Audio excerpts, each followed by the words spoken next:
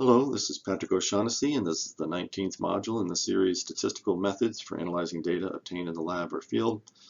Here in part 2 of Laboratory Statistics, we'll consider error and error propagation and graphing the noise associated with an instrument to determine whether there may be some drift in the instrument.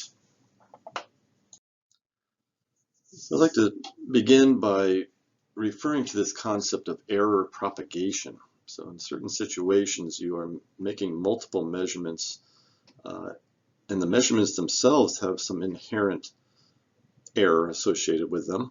Then that error, again, is going to propagate or accumulate with more and more measurements that are being made. So given some known precision, this is what we were referring to in the previous module as random error in the measurement of an instrument, then that error uncertainty can be compounded or propagated. Now, if you can express the error in terms of a standard deviation from the mean of some value, then it's propagated as shown here. This delta is the error, and you can see that we are multiplying the variance actually of these measurements, or the standard deviation squared, which is the variance, times the number of, say, the same instrument or the same measurements associated with the same instrument.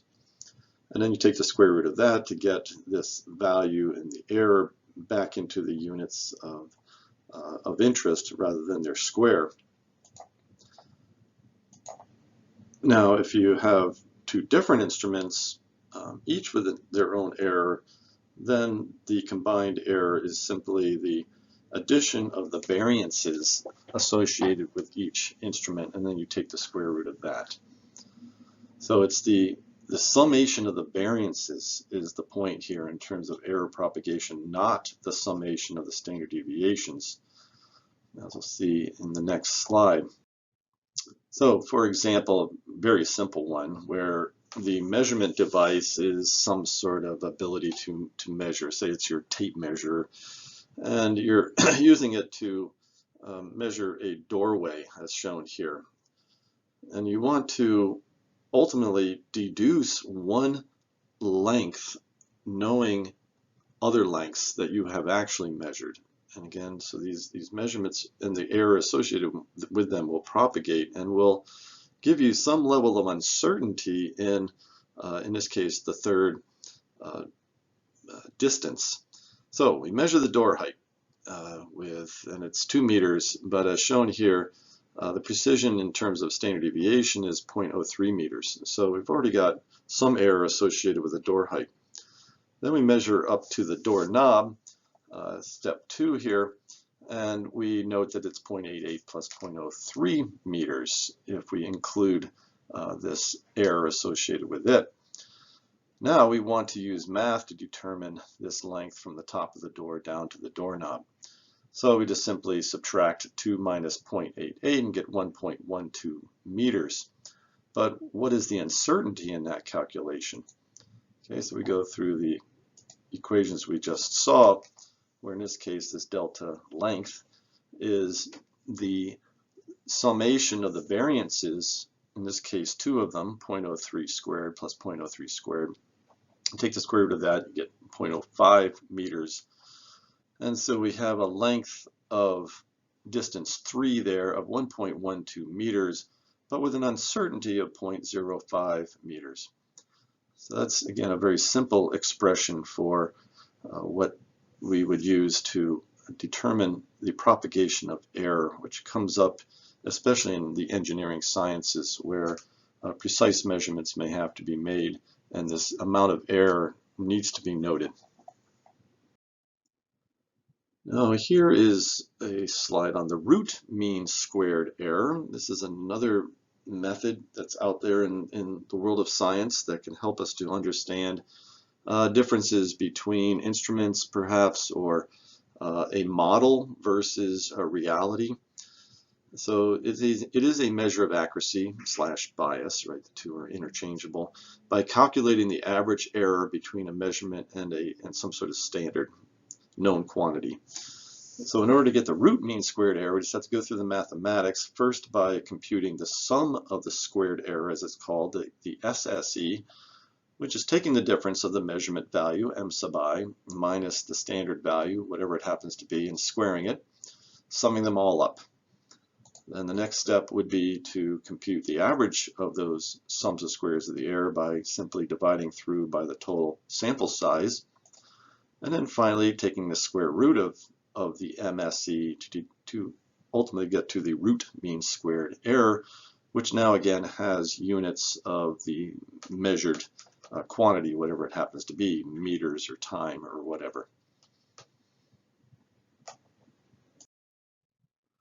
Now the RMSE in and of itself is something like the standard deviation, isn't it? Where we also take the sums of the squares of the difference and then divide through by n minus 1 in that case, take the square root. So it is a type of standard deviation. And it can be difficult to interpret without some context. So it is most often used in relation to some other RMSE values for comparison. So for example, here is some data that was obtained in the lab where we're comparing measured values versus a model of those measured values to determine which model is the most accurate. And so the graph on the left, again in the x-axis is the measured, in this case what's called the volume equivalent diameter, and on the y-axis is the model diameter, and you can see an RMSE of 1.392. Now some adjustments were made to the model, and so the point here is that the RMSE has been reduced because of those adjustments. So that is a typical kind of application of the RMSE. Okay, now in the context of tracking error, we kind of mentioned before that this random error is the noise in the instrument. There's really nothing you can do about it. It's inherent to the instrument. So normal operation of the instrument is to have some random values about a mean level. It's impossible not to have them. In the previous module, there was a pressure sensor that, despite really no changes in pressure, showed this kind of random scatter of points about a mean level. It's just, again, this noise in the system. So if you have that type of noise about a mean and it stays tracking that mean, we would call that kind of an in-control process. There is nothing that's kind of deviating it from the mean. However, it is certainly bouncing around it. One way to enumerate it in a model form is here, where now x sub t is the measurement, which you can see is a function of the mean. It is literally the mean, but tacked onto the mean are these etas. This is the white noise. Okay, the etas, as shown here in this kind of cryptic notation, means that they're normally distributed.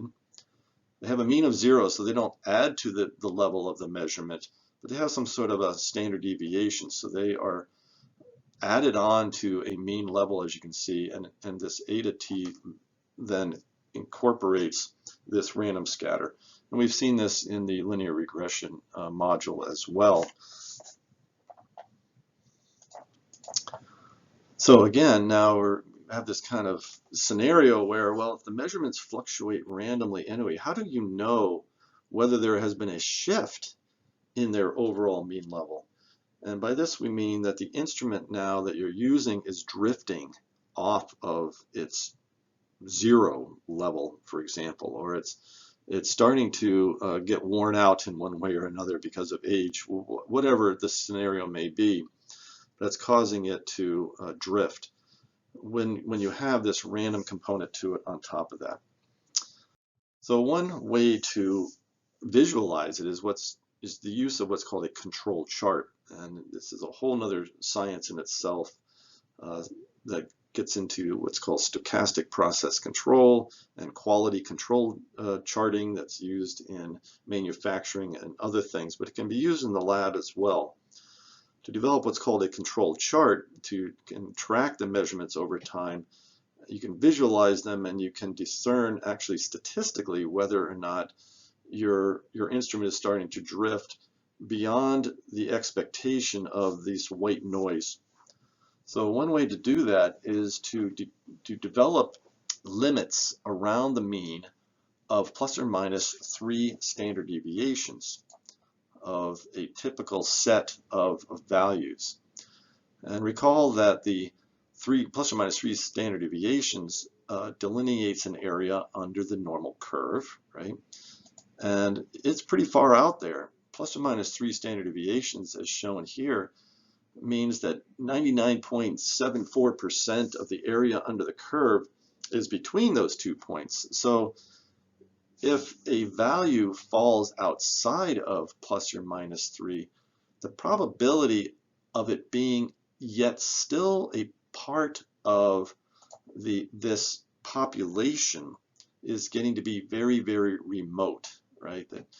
The probability is very, very low now that it is still truly a part of this population of values, not some other population. So it's a pretty conservative estimate then of indicating to the person that yes, we are now dealing with a value from some population that has a different mean. In other words, it has drifted off its initial mean level.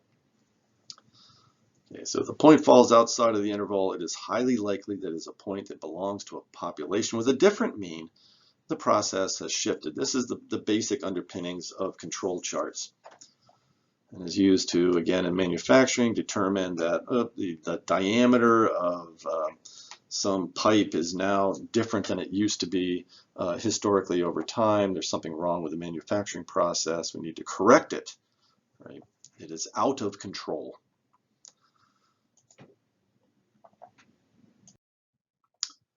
Okay, an example of a control chart, again, in my world of measuring aerosols in the workplace and other possibilities, is we collect the particles out of the air onto a filter. Okay, the filter needs to be weighed on a balance, and sometimes the balance environment itself can change, which will influence the weights of the filters. So that's why a lab blank is used in this case, as mentioned in the previous module. So this is the same filter measured every time that other filters are weighed to ensure that it is not deviating from itself over time.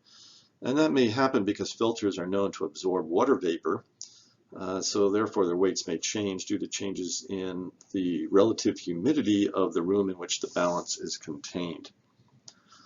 So here, for example, is a worker wearing a filter holder to measure airborne dust concentrations. And again, you have to then take the filter out of that little gizmo there and weigh them both before and after. Okay, so now that we have, for example, 11 days of measurements, each day the lab blank was weighed. And we can then develop a control chart by knowing the mean and the standard deviation that results from those 11 days, during which you're pretty convinced that they are fluctuating normally and randomly about a mean level, which was what it looks like here according to this graph. So you can see the mean was 40.802, standard deviation of 0.027, so we just multiply that by 3 to get 0.008. Then we can compute these upper control limits and lower control limits by simply adding or subtracting the 3 sigma from the mean, right? So here we are all established with our control chart. Once it's established, then you can start using it in subsequent days. So here is an example of what truly happened in a lab at one time. The lab did not have good relative humidity control, and this was during the summer when it was relatively high actually when we first established the control chart, and then the relative humidity got much lower later on, which dried out our lab blank filter. And so you can see at some point it crossed the lower control limit, which again now indicates that this value is coming from a population of some other mean, in this case lower than 40.802. And this is now in a sense, an alarm to the lab technician that something needs to be done, that we can't, in this case, truly compare the other filters measured on these days relative to previous days, as an example of the use of this type of control chart. And it can be used for any other kind of instrument where you say give an instrument a standard solution every day, and again you want to track this variability. Now, related to this idea of a control chart, the National Institute for Occupational Safety and Health, which is a branch of the CDC that deals with workplace-related issues, and so they do a lot of sampling, and they have a lot of limitations on levels that are appropriate for workers, etc. But they also have what's called here this accuracy criterion for the instruments that are used for indoor air sampling. As an example of some, like how good is good enough in terms of the accuracy of your sampling method. And this one's actually fairly loose. And the quote is, a method must give a result that is within plus or minus 25% of the true concentration. That's a pretty high bias when you think about it, right? With a probability of 95% for an individual observation. Then they go on to say, i.e., that is, the accuracy of an acceptable method is no greater than 25%. Now here it's a little confusing because I would have used the word bias, that the bias of an acceptable method is no greater than 25%. Certainly think of accuracy as being high, but they mean, in a sense here, bias. So what does all this mean even?